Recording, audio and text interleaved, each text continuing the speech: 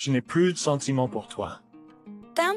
Donc on va divorcer. Alors, apporte toutes ces choses et soumets ces papiers de divorce aussi. Quoi? Tu avais une liaison là-bas de toute façon, n'est-ce pas?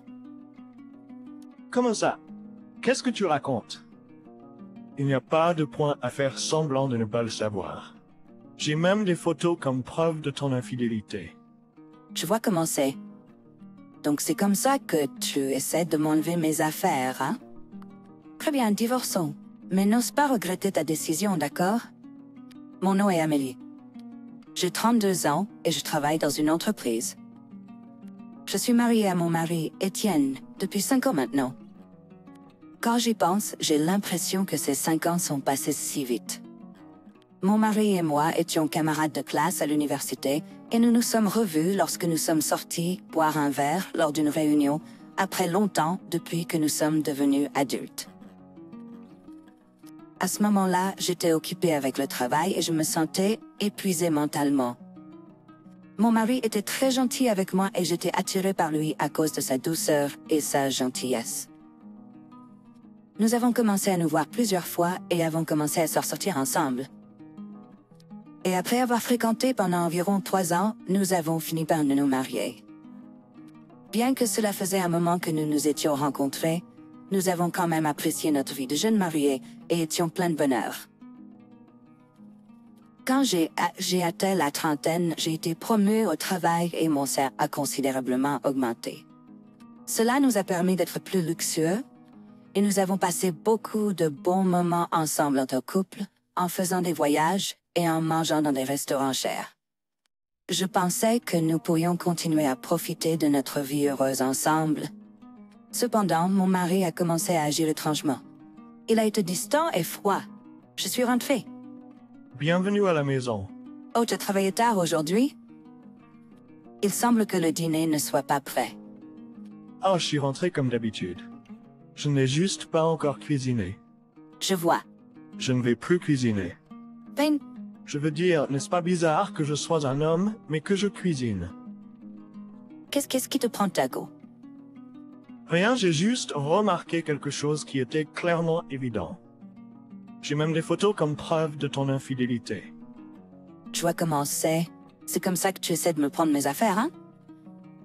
Très bien, divorçons. Mais ne regrette pas ta décision, d'accord? Mon nom est Amélie. J'ai 32 ans et je travaille dans une entreprise.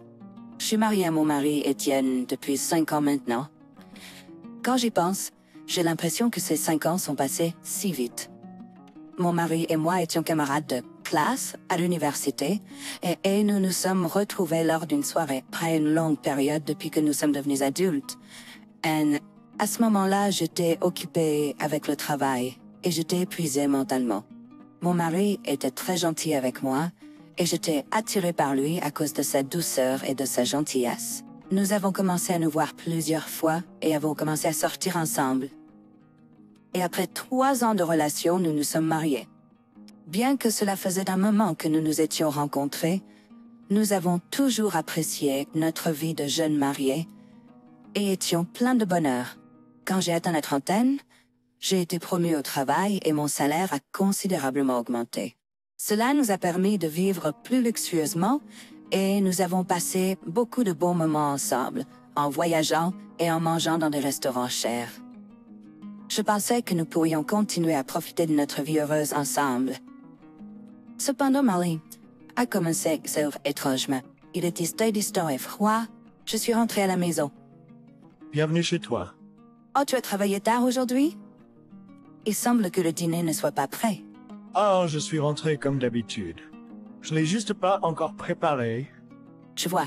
Je ne vais plus cuisiner. Pine, Je veux dire, n'est-ce pas bizarre que je sois un homme et que je cuisine? qu'est-ce qui te prend tout à coup? Rien, j'ai juste remarqué quelque chose qui était clairement évident. Mon mari et moi étions camarades de classe à l'université et nous nous sommes retrouvés lors d'une soirée après une longue période depuis que nous sommes devenus adultes. À ce moment-là, j'étais occupée avec le travail et j'étais épuisée mentalement. Mon mari était très gentil avec moi et j'étais attirée par lui à cause de sa douceur et de sa gentillesse. et avons commencé à sortir ensemble. Et après 3 ans de relation, nous nous sommes mariés. Bien que cela faisait un moment que nous nous étions rencontrés, nous avons toujours apprécié notre vie de jeunes mariés et étions pleins de bonheur. Quand j'ai atteint la trentaine, j'ai été promue au travail et mon salaire a considérablement augmenté. Cela nous a permis d'être plus luxueux et nous avons passé beaucoup de bons moments ensemble en tant que couple en faisant des voyages et en mangeant dans des restaurants chers. Je pensais que nous pourrions continuer à profiter de notre vie heureuse ensemble. Cependant, mon mari gît étrangement. Il est distant et froid. Je suis rentrée à la maison. Bienvenue. Oh, tu as travaillé tard aujourd'hui? Il semble que le dîner ne soit pas prêt. Ah, je suis rentré comme d'habitude. Je ne l'ai pas encore cuisiné. Je vois. Je vais plus cuisiner. Fine.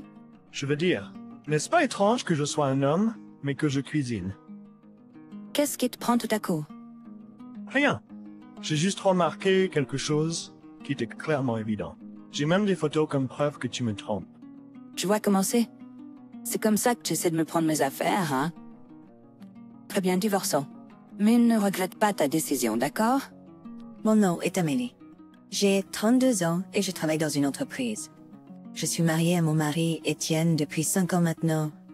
Quand j'y pense, j'ai l'impression que ces 5 ans ont passé si vite. Cependant, mon mari agit étrangement. Il est distant et froid. Je suis rentrée à la maison. Bienvenue. Ah, tu as travaillé tard aujourd'hui? Semble que le dîner ne soit pas prêt. Ah, je suis rentré comme d'habitude. Je ne l'ai pas encore cuisiné. Tu vois. Je ne vais plus cuisiner. Fine.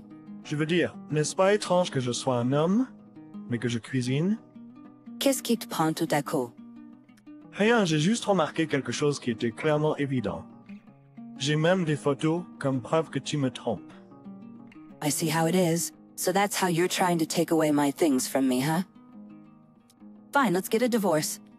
But don't you dare regret your decision, okay? My name is Amélie. I am 32 years old and I work at a company. My husband and I were classmates in college, and we met again when we went out for drinks during reunion after a long time since we became adults. At that time I was busy with work and I was feeling mentally drained. My husband was very kind to me, and I was attracted to him because of how gentle and kind he was. We started seeing each other several times and began dating. And after dating for about 3 years, we ended up getting married. Although it had been quite a while since we met, we still enjoyed our newlywed life and were full of happiness. When I entered my 30s, I was promoted at work, and my salary increased dramatically. This has allowed us to be more luxurious, and we spent a lot of fun time together as a couple, going on trips and eating out to expensive restaurants. I thought that we could continue to enjoy our happy life together. However, my husband has been acting strange. He has been acting kind of distant and cold. And home. Welcome back. Oh, did you work late today? It seems like the dinner is not ready. Oh, I came home as usual. I just haven't cooked it yet. I see. I'm not gonna cook anymore. Okay. I mean, isn't it weird that I'm a guy, but I'm cooking? What's wrong with you all of a sudden? Nothing. I just noticed something which was clearly obvious. I even have photos as evidence of you cheating on me. I see how it is. So that's how you're trying to take away my things from me, huh? Fine, let's get a divorce. But don't you dare regret your decision, okay? My name is Amélie. I am 32 years old, and I work at a company. I have been married to my husband Etienne for 5 years now. To think about it, I feel like these 5 years passed by so quickly. My husband and I were classmates in college, and we met again when we went out for drinks during reunion after a long time since we became adults. At that time, I was busy with work and I was feeling mentally drained. Mon mari était très gentil avec moi, et j'ai été attirée par lui à cause de sa douceur et sa gentillesse. Nous avons commencé à nous voir plusieurs fois et avons commencé à sortir ensemble. Et après avoir daté pendant environ 3 ans, Alors à partir d'aujourd'hui, c'est toi qui feras tous les repas. Quoi? Je travaille aussi tard, certains jours. Alors tu devrais juste partir plus tôt du travail, non? Non, non, ce n'est pas possible. Je ne peux pas laisser mes collègues en plein milieu d'un projet. Là, c'est comme ça que tu te vantes de ton travail. Tu penses être meilleur que moi? Non, c'est pas ça, mais De toute façon, je ne fais plus les tâches ménagères. en disant cela, Mo est allé dans sa chambre. J'étais perplexe face au changement soudain d'attitude d'Étienne. Mais quand j'ai réfléchi à notre conversation, j'ai réalisé que mon mari pouvait être préoccupé par le fait que j'ai été promue et que je gagne plus que lui. Je ne mets pas la pression sur mon mari pour qu'il augmente ses revenus, mais je pense que cela a pu blesser sa fierté de savoir que sa propre femme gagne plus d'argent que lui. En prenant cela en considération, j'ai peut-être parlé à mon mari de mes plaintes au travail. Et ces choses peut-être fait sentir à mon mari qui était inférieur à moi. Et en pensant à ça, je me suis sentie un peu mal. Je suppose que je n'ai pas été assez attentionnée envers Étienne. Mais si je m'excuse maintenant, je pourrais encore plus blesser la fierté de mon mari. Donc j'attendrai que mon mari recommence à me parler normalement de lui-même. C'est ce que je pensais, mais je suis rentrée à la maison. Maintenant, Étienne ne me répond même plus. Je suis allée au salon pour voir si quelqu'un était à la maison, mais il dormait sur le canapé avec la télévision allumée. Et il restait des collations et une boisson sur la table. J'étais fatiguée d'avoir travaillé tard, mais quand j'ai découvert à quel point il était paresseux, cela m'a aussi irritée. J'ai commencé à cuisiner en essayant de ne pas regarder mon mari. Puis il a semblé se réveiller et a dit « Oh, oh, bienvenue à la maison, en s'étirant. Où est le dîner ?» C'est ce qu'il me demandait tout de suite. J'ai réprimé ma colère et j'ai dit je viens juste de commencer à préparer le dîner. Il sera presque prêt. Oh, je vois. Alors, je vais prendre mon bain. With that, my husband left the whole mess on the table and went into the bath. I cooked while getting even more frustrated. When Etienne got out of the bath, I put the dishes on the table. Then my husband sat down at the table, as if it was normal for him that he was going to have me cook for him. What, you cooked chicken Alfredo pasta? I already ate that for lunch. Is there anything else for me to eat? You can imagine, this made me really mad. If you insist so much, prepare yourself. You're coming home earlier than me, and all you do is relax around. I've been working overtime, you know? And yet, I'm doing my best to cook, so I don't want you to complain or anything. When I couldn't stand Etienne being like that anymore and said what I needed to let out, his eyes widened and got angry. Are you trying to tell me what to do like that? You think you're better than me, aren't you? If it's that hard for you, working overtime and all, why don't you just quit your job? Why would you say that? Because that's how it is, isn't it? You've gone crazy ever since you got promoted. You're always working all the time and you feel like you're better than me. No, that's not true. I've always been the same to you, and as your wife, I've always been treating you equally. Then you should just do the house chores as my wife, right? Honey, that's not fair. We work together, so we should support and help each other. I would appreciate it if you could at least cook me some easy dish like salad or soup, or do some cleaning, or at least organize your things. After my husband became angry, I tried to talk to him as calmly as possible. But my husband became more and more heated. What's so wrong with what I suggested? Normally, a wife is supposed to support her husband, right? So you better start supporting me. If you keep working, I'll divorce you. Divorce? Now hold on. Are you being serious here? Yeah, I'm being serious. What? If I quit my job, we won't be able to live like how we are right now. You do know that, right? Besides, I like my job. Et qui t'a aidé à obtenir ce travail. C'est moi qui te l'ai recommandé, n'est-ce pas? Si c'était pas pour moi, tu aurais été mentalement stressé de continuer à travailler pour une entreprise terrible et tu n'aurais pas été capable de faire ton travail. Eh bien, c'est vrai, mais... C'est vrai que mon mari a été gentil avec moi et m'a encouragé lorsque j'avais du mal à mon ancien travail, ce qui m'a donné le courage de démissionner. C'est aussi mon mari qui m'a encouragé à changer d'emploi pour une entreprise internationale qui m'intéressait à l'origine. Mais c'est moi qui ai effectivement démissionné de mon travail, et c'est moi qui suis allé à l'entretien et qui ai été embauché. J'ai donc ressenti qu'il avait tort de me traiter de cette façon.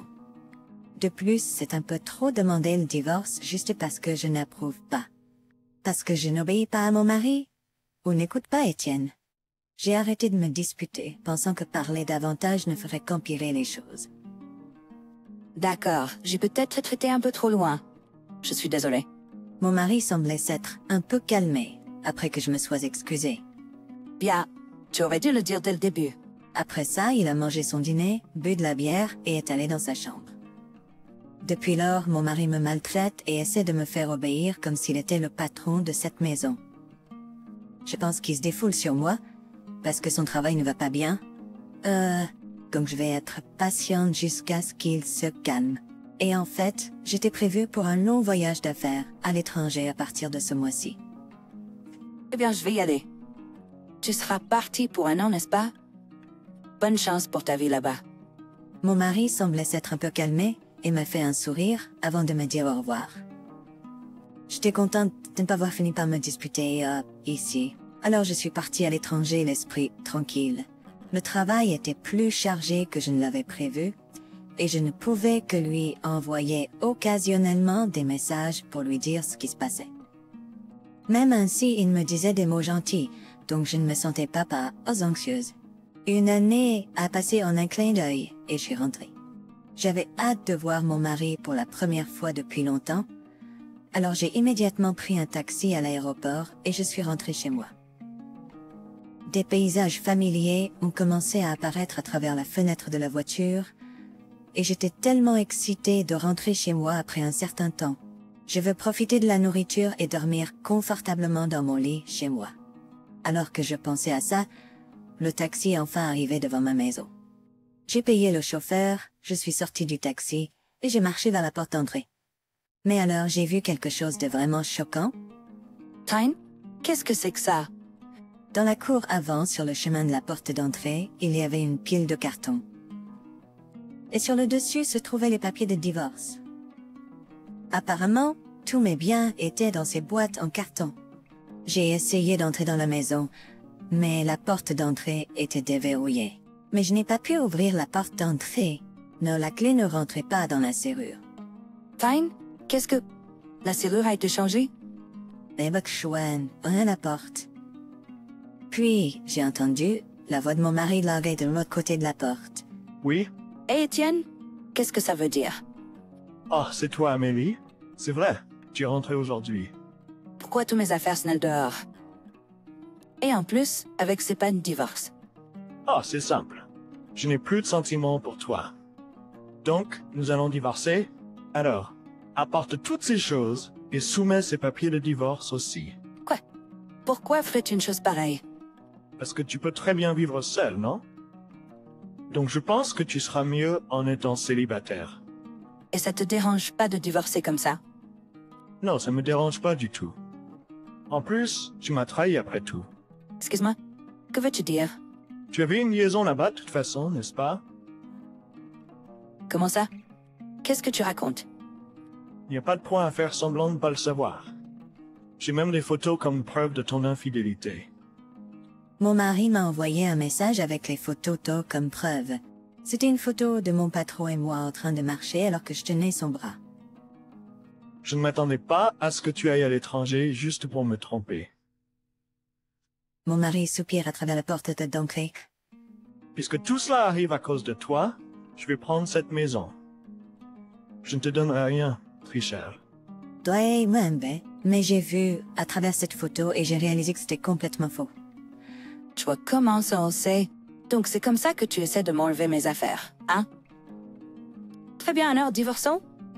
Mais ne regrette pas ta décision, d'accord? Je ne regretterai jamais ça. Tu ferais mieux de réfléchir à tes actions et à ce que tu as fait. Tu m'as trahi et tu m'as rendu triste. C'est ce que dirait Étienne. Et il semble qu'il soit parti. Je n'ai pas vu son visage, mais il devait sûrement se moquer de moi. Très bien. Si Étienne joue de cette façon, je ne lui ferai pas de cadeau non plus. 2 semaines plus tard, je suis allée dans un restaurant pour parler avec mon mari de notre divorce. Je n'avais pas vu mon mari depuis longtemps, mais son apparence était devenue celle d'un séducteur. C'était un peu douloureux de voir qu'il ne ressemblait pas à son âge. Tu as toujours l'air aussi terne et ennuyeuse.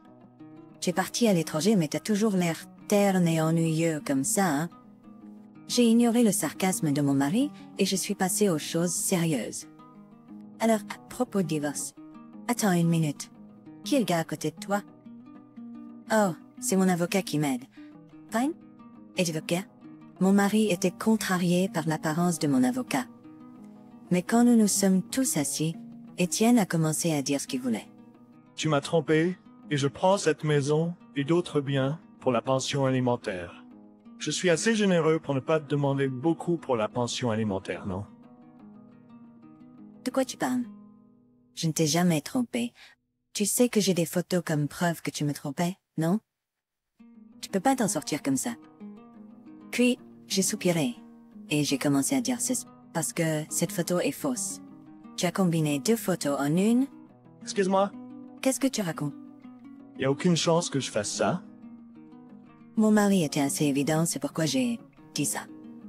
Le fond de cette photo, c'est Paris, non? Mais je suis partie en voyage d'affaires à Sydney, Australie. Quoi? Et le visage de mon patron sur la photo est le même que celui sur la photo que nous avons tous prise à notre mariage, n'est-ce pas? Tu as pris la photo de cette époque et tu l'as combinée en une seule photo, n'est-ce pas? Non, bien sûr que non. Eh bien, même si tu essaies de t'en sortir, ce n'est pas suffisant comme preuve pour prouver que je te trompe. Et la véritable preuve d'une liaison serait celle-ci. Pendant que je disais cela, je lui ai montré une photo d'une femme entrant et sortant de ma maison avec Étienne. Tu étais celui qui me trompait en réalité. Le visage de mon mari est devenu bleu et est resté silencieux. Ces photos ont été prises par un photographe professionnel, donc elles sont des preuves solides. Nous allons donc divorcer à cause de ce que tu as fait. C'est moi qui demande une pension alimentaire, et tout ce que j'ai acheté, y compris la maison, ne t'appartiendra jamais. Tu es tellement naïf de penser que tu peux me tromper avec cette petite couverture. Oh non. Tess, devais pas y réfléchir, Jeffy. Mark Becker, Mikey. Eh bien, c'est tout ce que j'avais à dire. Je suis désolée pour toi, donc je vais au moins payer le café ici. Je lui ai dit cela, mais il ne semblait plus m'entendre. J'ai quitté le restaurant avec mon avocat, laissant mon mari figé et immobile. Après cela, j'ai demandé une pension alimentaire à mon mari et à sa maîtresse. Et j'ai mis cette maison, la voiture de luxe et les meubles et appareils coûteux sur le marché. Je ne voulais pas penser qu'une femme que je ne connaissais pas avait passé du temps dans cette maison avec toutes nos affaires. Ils ont tous été vendus pour un prix assez élevé, et j'ai utilisé l'argent pour acheter un condo de luxe et y emménager. Mon ex-mari a apparemment menti à sa maîtresse en lui disant que la maison et la voiture avaient été achetées par lui. Il lui a dit qu'il était un employé d'élite d'une grande entreprise, et quand tous les mensonges ont été découverts, sa maîtresse l'a quitté. La vérité de l'affaire a également été révélée au travail d'Étienne, et il se sent maintenant honteux. Mais il doit payer une pension alimentaire, donc il travaille dur pour la payer, tout en supportant tous ces regards froids de ses collègues. Il le mérite, et c'est un sentiment vraiment agréable de le voir souffrir de cette façon. Pendant ce temps, je profite de la vie de célibataire, et je profite de la vie élégante et confortable dans mon nouveau condo. Je vais continuer à travailler dur et prendre une pause de romance pour le moment et chercher un partenaire à mon rythme. C'est dégoûtant qu'Étienne ait amené une femme dans leur maison pendant que Amélie était absente. Et quel minable pour inventer une fausse liaison et essayer de voler la propriété d'Amélie. Mais comme il s'est avéré, il a tout perdu et ses dettes ont seulement augmenté, donc il méritait ce qu'il a eu. J'espère que Amélie profitera de sa vie dans son nouveau condo. Et j'espère qu'elle trouvera une bonne personne en temps voulu. Merci, M. Gay, jusqu'à la fin. N'hésitez pas à vous abonner à notre chaîne. Nous espérons vous voir dans notre prochaine vidéo.